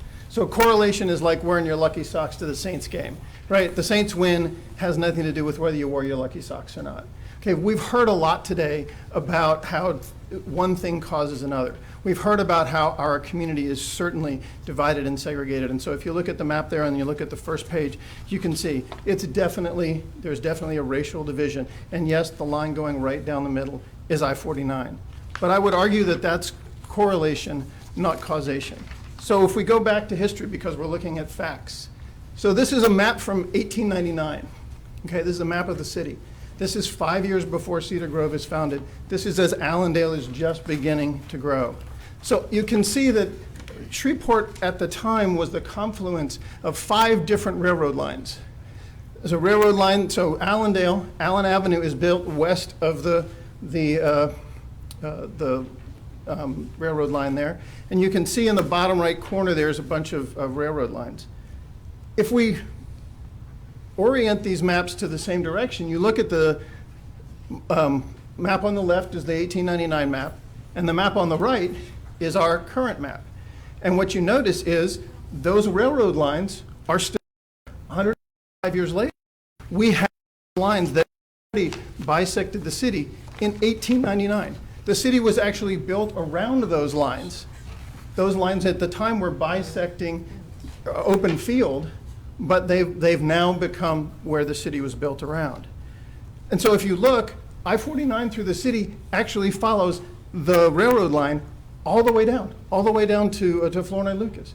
So it used an existing structure, an existing delineation, and I-20 does almost the same thing.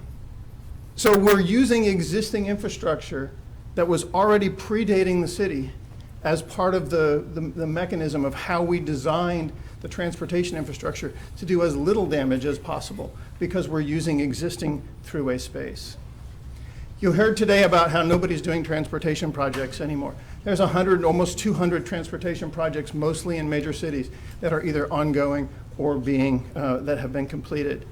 And if we look at Allendale, the red line there is Allendale, which happens to coincide with about 4 census tracts, 2006, 206, 207, 208, and 219. Okay? And so if we look at the history of Allendale, so in 1960, there were 34,600 people in Allendale. This is the first year for which we can get census tract data, the first year that the city was large enough to be able to do that. And so between 1960 and 1970, 53% of the neighborhood of Allendale left. It went from being 50% white and 40%, 49% African American to 8% African American. It was part of a national era of white flight, Jim Crow, redlining, all of those bad things that we have talked about and that have fundamentally damaged and segregated our community. But none of that had anything to do with a highway. And as you can see, that decline continues. Allendale loses population every decade, almost 25% every single decade. And where's I-49 in any of this? The first even suggestion of I-49 is 1976, when that decline is already rapidly happening, rapidly in place. And we look at the abandoned and vacant houses in the city. All of those red dots are vacant or adjudicated properties. And you heard today about how sprawl was what's killing the city, about how people are building outside and that's what's damaging the interior. But when you look at the number of adjudicated properties, Shreveport has more than 4,000 adjudicated properties. We have more adjudicated properties than Baton Rouge. If you look at some blocks, there are almost entire blocks that are adjudicated. And the issue here is not that if you want to build inside the loop, the most important thing to do is make it possible for people to clear title. It is almost impossible for anyone, a developer, a family, to be able to own a piece of property. No one, no developer, no individual will invest in a piece of property they can't own. There are state and local regulations that make it almost impossible to clear title. So every time you have somebody die and you have fractional ownership, it becomes that much more difficult. We have a multi-year, 3, 4, 5-year process sometimes just to deal with an adjudicated property. Part of the reason why you're seeing so much development outside of the city is because it's easier to build out there, because that's where you can get title. That's where you can invest with a hope of a return. If there's anything the MPC should be focused on, it's not transportation. It's figuring out how we can re-incentivize people to build inside the loop. You want to build inside the loop? Make it easy. Make it easier than it is to build outside the loop. And that will happen. You heard today about how I-49 doesn't bring any economic development. But if you drive south of the city, Kings Highway, there's a gas station there. There's also restaurants and other things. Piermont, 70th, Burt Coons, all of those have seen development. In fact, that's the only places where development's happening in Shreveport is south of the city, in part because of the things that we've talked about, but in part because there's access. Why do we want to deny the people of Allendale the opportunity to have that kind of economic development?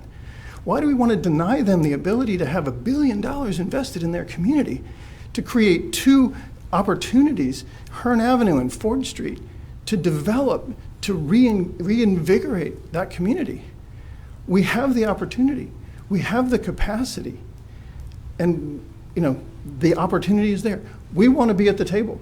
We would love to bring our transportation consultants and sit with you and figure out how we do this in a way that is both efficient, effective, and respectful. It is critically important that we reinvigorate our city. We always talk about who we want to be. We need to be talking about who we don't want to be. We don't want to be Jackson, Mississippi. We don't want to be a city that is completely bereft of any kind of racial integration. We don't want to be a city where the core has hollowed out and everybody lives around the outside. But to be able to do that, we have to come together and we have to make some changes. One of those changes is to invest in communities, to build infrastructure, to create capacity. But another one is to remove impediments to make it much easier, much more effective, and much more economically viable to build inside the city. Your land use planning, your role as planners, as architects of the master plan, you can do that. You can bring opportunity back into the city by making it easy for individuals and organizations to invest. And on behalf of the Chamber, we want to be at the table to help you do that. Thank you. Thank you, Mr. Magner. Floor is open for comments and questions. I'll try to be brief. I'm Patrick Harrison. I own several businesses north of downtown, actually in Agers. I just want to share with you some benefits of I-49 Intercity Connector, some facts, if you will. It is estimated that over 70,000 residents live north of I-220 in northern Caddo Parish that cannot effectively get to southern Shreveport. We have a divided community as it is without the intercity connector. We've got people that live in North Bossier that can't get to Uri Drive corridor. We've got people in Blanchard, which by the way is exploding with growth right now because of I-49. If you don't believe me, then take a drive out there. The property values out there have skyrocketed, and it's hard to even find land to develop. We have people that live in MLK neighborhood who can't get to the Uri Drive corridor. And if the intercity connector is completed, that makes our city a lot more, people can move around the city and go to different areas, spend money, and enjoy our city. One thing that is kind of hit me hard this weekend is it's probably one of the most important benefits that I think that we have to consider here is the development of the Kings Highway corridor and the hospital and the LSU Med School and the Trauma Center. I have a farm north of Shreveport that I was working on Memorial Day. And I went out in my tractor, working out in my pecan orchard, and a helicopter flew over the top of me. I realized it was live air.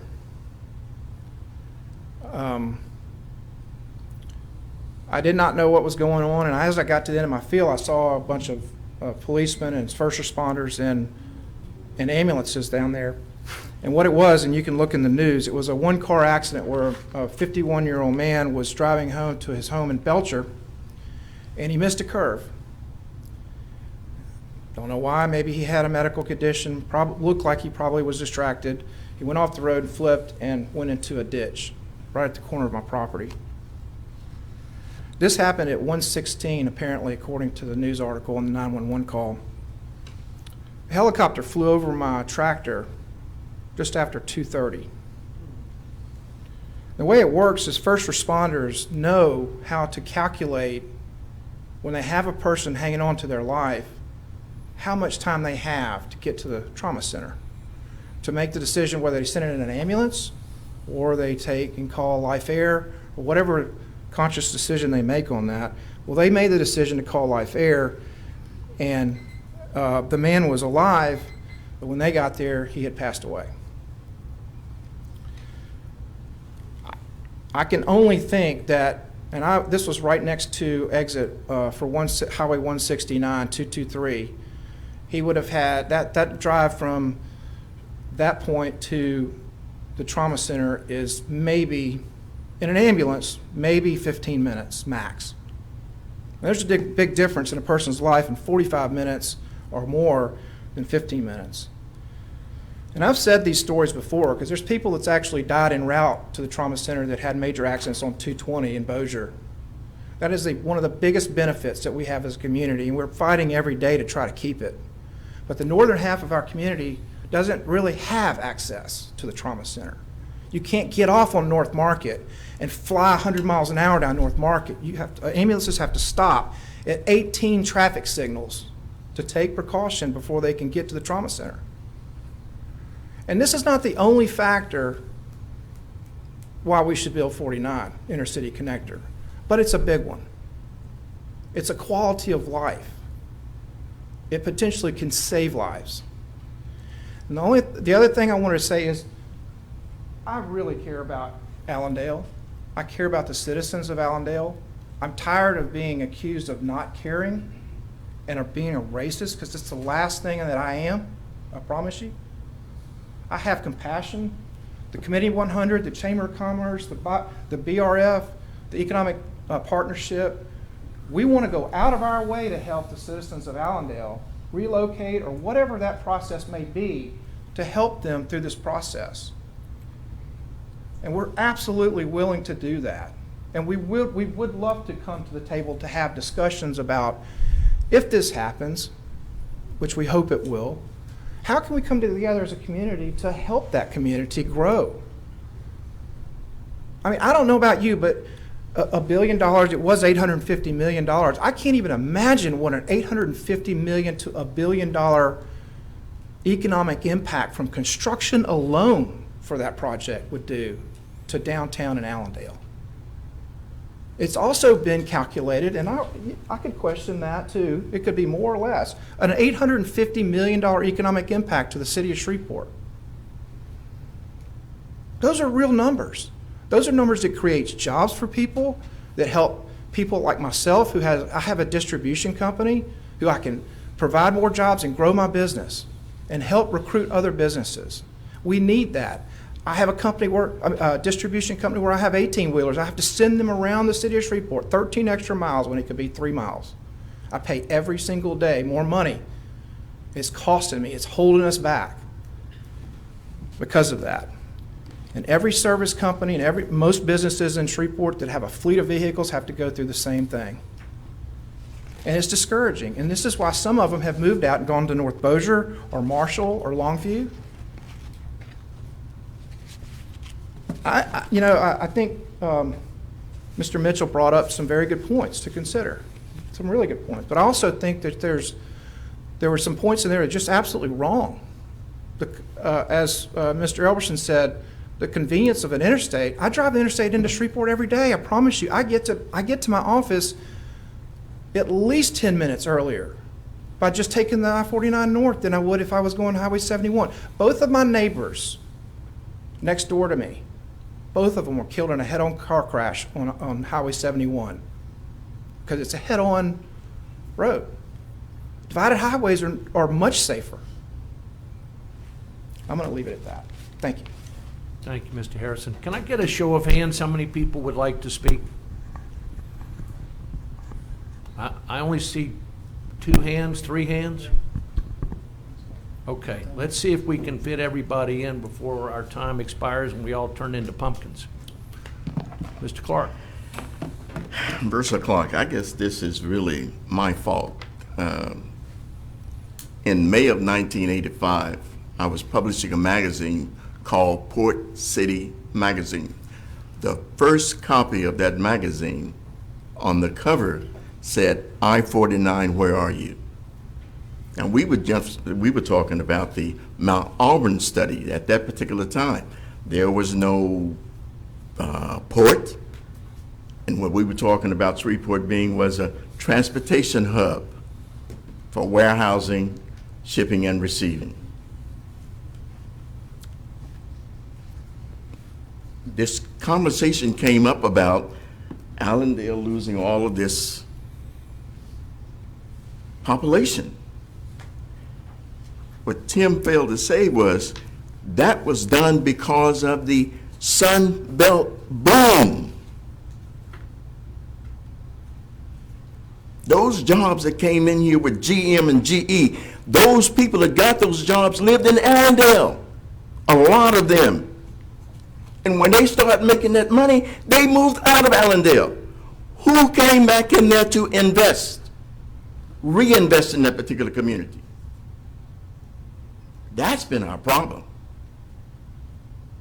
When Mayor Gardner came up with his original 1956 master plan, he listed blighted areas like Cedar Grove, Moortown, Princess Park. What was not on that list was Highland, and Broadmoor.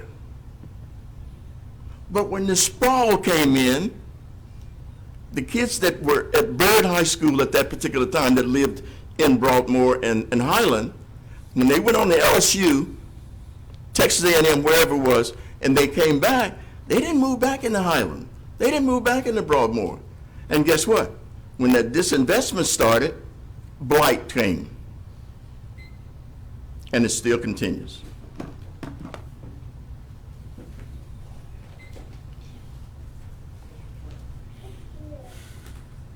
Good afternoon to the Honorable Chairman and the other members of the Metropolitan Planning Commission. My name is Najiri Kamar, and I serve as president of the Allendale Lakeside Ledbetter Heights Partnership. I reside at 1505 Abbey Street. And just to kind of bring things in perspective, I was born in the area called Crosstown. And so my family was displaced when I-20 came through. So we're now here residing in the Allendale community, and my home is right in the pathway if I-49 comes through. I'd like to congratulate and applaud Mr. Mitchell, Ms. Dorothy, and the Allendale Strong for the presentation that has been made. But what I would like to bring to you is what I've heard the Committee of 100 Representative Mr. Magner and the other gentleman indicating about opening the table up for other persons to be there. I heard Ms. Wiley was saying we're putting transportation over people, and just for the purposes, I heard I-49 was slated to come through like in 76. I graduated high school in 77, so it's been 45 years, almost 46 years. We've been looking, or we had been promised that I-49 would come through. Since that promise was made, a lot of other economic activity has occurred, such as Choice Neighborhood, and I would like to say on behalf of the residents of the Allendale community, we've been completely left out of all of the discussions. None of our considerations have been none of our suggestions, or shall I say, have been taken into consideration. Our people have kind of seemingly lost hope, and I'd like to applaud again many of the members of Allendale Strong that don't live in Allendale, that see the harm that our community has suffered, and it's suffered as a result of us being deemed as non-people, or lack of consideration given to us and how we feel about the housing, all of the housing stock that was depleted or eliminated as a result of the promise of I-49. We've been promised new housing development. None of that has transpired. We were brought to the table several years ago when they began the Choice Neighborhood planning, and all of the people, we were happy, we were excited because we heard the notion of housing development. But when it came out into fruition, Allendale and Lakeside have been completely left out. You've heard it explained, and if you drive through, you see complete dilapidation. You see, I guess, the problem with the adjudicated properties and so forth, but no housing construction and development has been taking place in our community, and people want to reside in the Allendale community. Many of the persons who resided in the Jackson Heights projects when it was torn down, they were given a promise of rehousing. None of that has occurred, and as Kim had stated, we've been on our own track trying to get housing development to occur within the area. And I would just like to say to this board, it's been because of political will, where the will has been to disregard the citizens and the residents of our community. And I would just like to say to you on behalf of the Allendale Lakeside Ledbetter Heights Partnership that you do include the residents. There are many of us there that have plenty of brains that have been studying and watching this for many years. And I consider myself politically active. I always try to do legislator education to inform our elected people about how their decisions adversely impact us, the residents of the area. And I would just like to say, it's like it's fallen on deaf ears. It's like we're a group of individual people, and people are only concerned about the land. So we appreciate the chamber and their regard for development and so forth. We were supportive of the boulevard. It's kind of losing me right now because I was so kind of, didn't know that this much tension existed between, the parties. We were just trying to find out why, NLCOG, the state transportation, they would choose to leave people out, those that were vocal. And I was initially put on that I-49 advisory board, but for some reason, my name disappeared off. I've no longer got communications and so forth about things. So I'm just presenting that to you and asking, and for it to go in your record, that you consider the residents of the Allendale community, because our position is to protect, to preserve the historical connotation of the neighborhood, but certainly moving forward, we've been looking for housing development and business development as well to occur in our area, but we've just been completely left out. So my plea to you is that you do consider the Allendale Lakeside Leadbetter Heights Partnership organization when you begin your further discussions about this I-49 project. Thank you. Thank you, Ms. Camara. I believe we have time for one more speaker.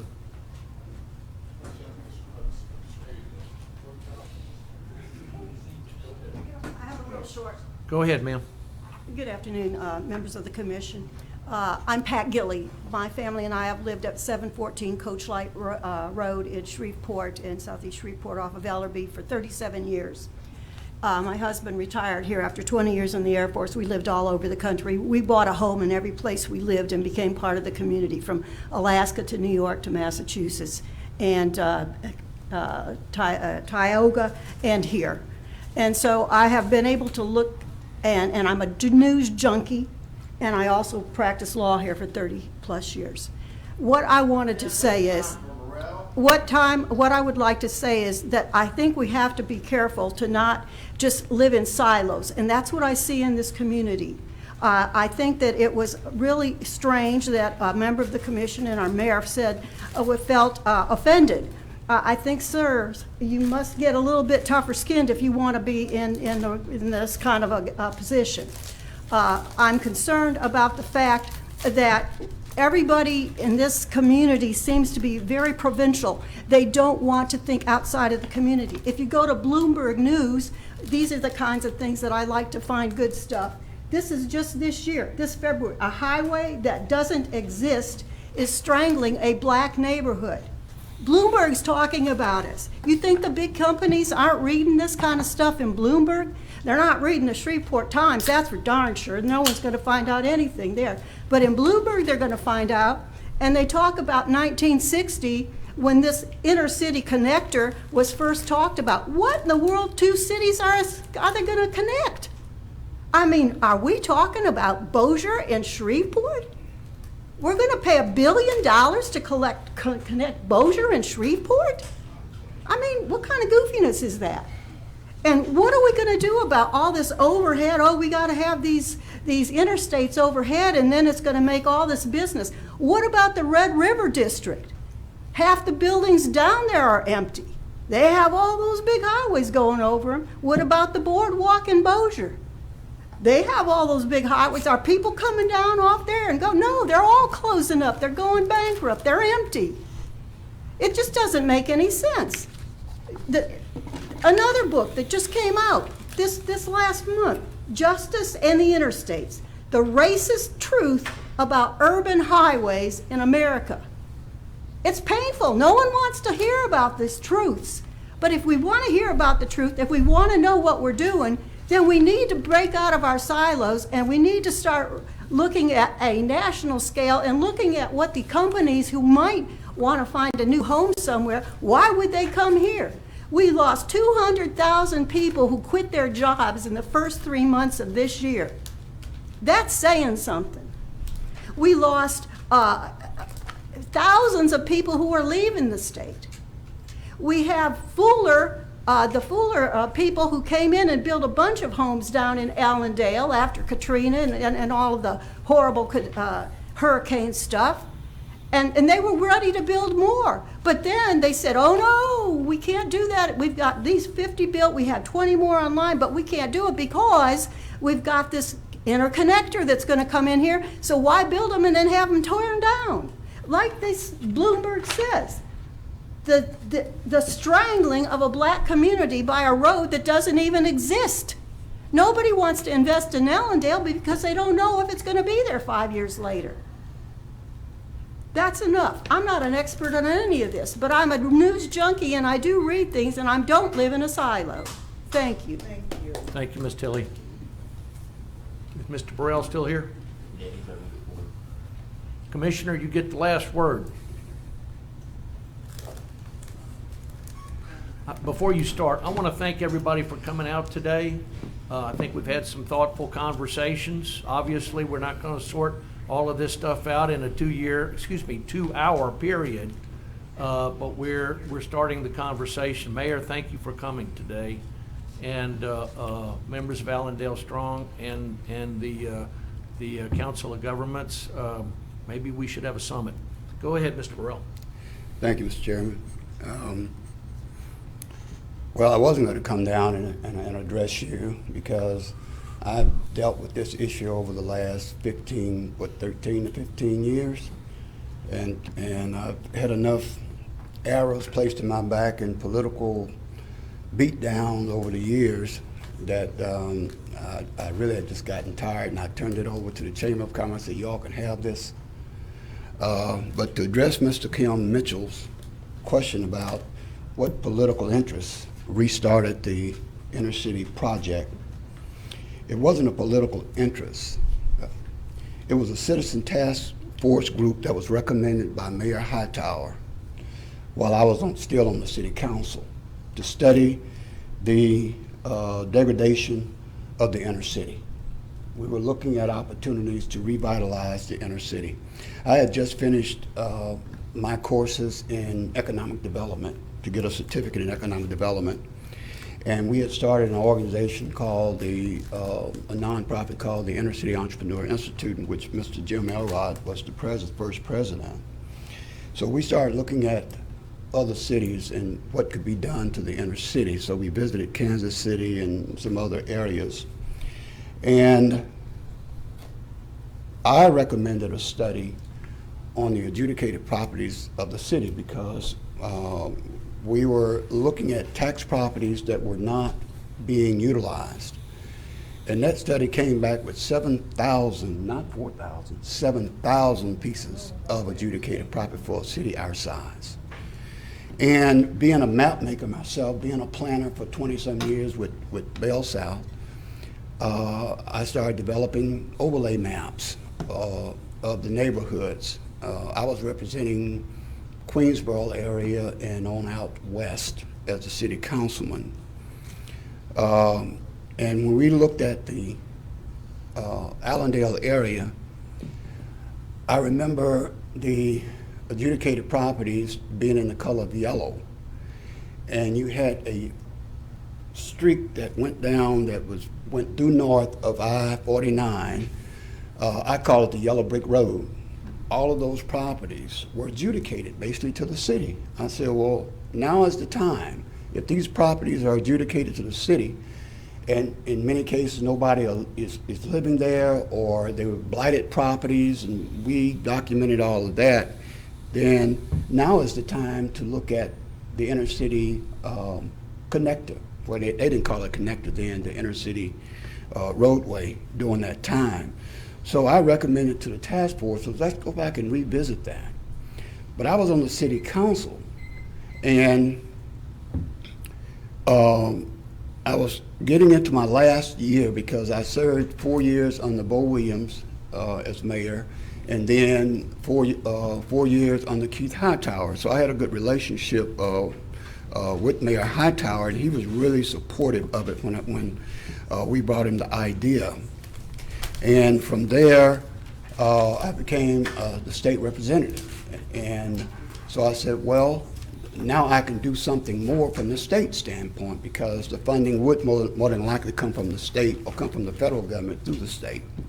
So that's how, Mr. Mitchell, how that got started. It wasn't a political move. It came out of a citizen task force.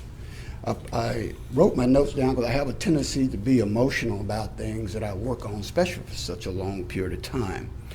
Let me first say that it's easier to oppose an issue or project like the Inner City Connector than it is to create it, build it, or support it. And we can say that about this particular project. For one, to create, build, or support something, you must prove a positive. That is, you must plan it, study it, evaluate it, gain support for it, and then deliver it, which is a massive task. On the other hand, you can oppose something. One doesn't really have to prove a negative. They have only to spread misinformation, stoke the fears of people, undermine the process or efforts of those who are trying to create it, build it, and support it. The Inner City Project has a long history and a troubled history. I remember talking about this to Sister Margaret when she was living. Back in 1984 is when I had on a radio program that I had at that time.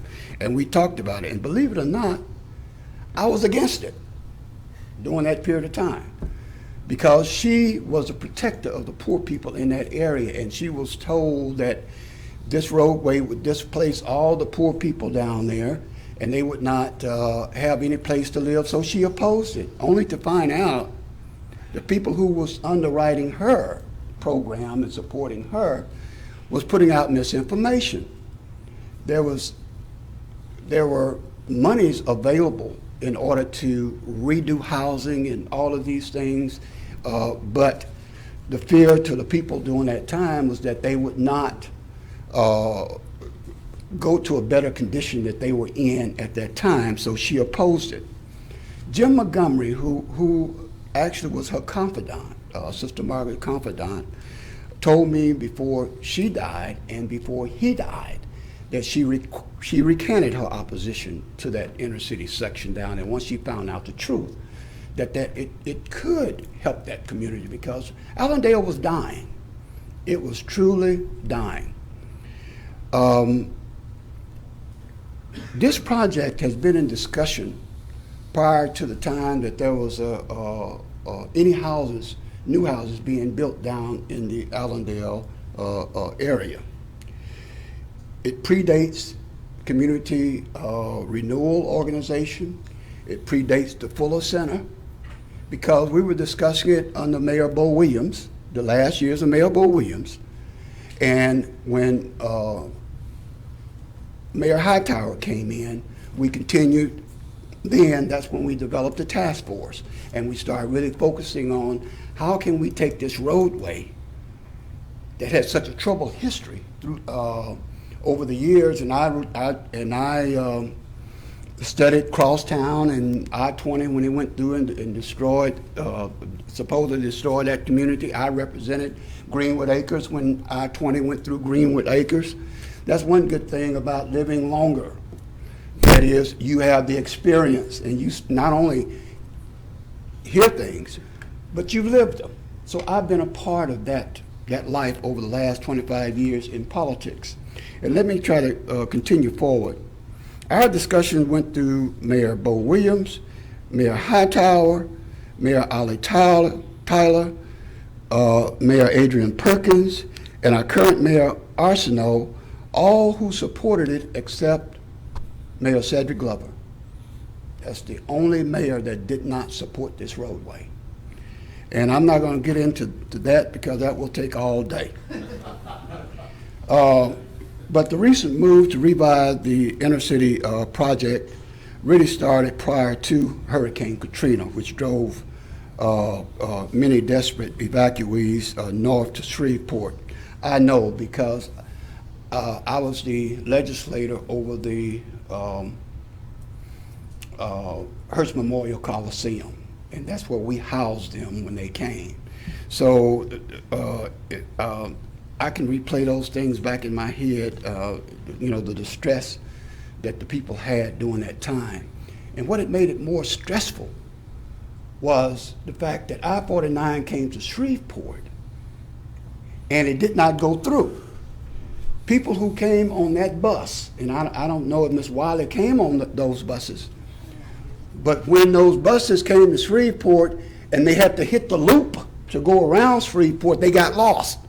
People who were supposed to be in Oklahoma and Dallas wound up in Arkansas. It was just that bad. It got back to Governor Blanco, and she made a trip up here. And when she came, being a Southern lady that she was, she said, "Where in the hell does this road go?" And I took her on a trip through Allendale. I said, Governor, I said, the road stops here. We have a void. You can pick up, you know, it's supposed to pick up on the other side of I-220. So she developed a task force, I-49 task force. And I had some of my political colleagues that opposed me being on the task force because they know I had an interest in the urban center. But she put me on there anyway. I proposed $4 million to restudy the inner city connector. That's where it came from. Not because of any political reason, it was because we had already studied the fact that Allendale was dying. Mayor Blanco sent her transportation secretary, Johnny Bradbury, up here to start having meetings with the ministers and people in the Allendale community. Pastor Jones, Pastor Blake, Avenue Baptist Church, a series of them. And in the end, they all supported this roadway in here. Why? Because they were losing population, just as was said before.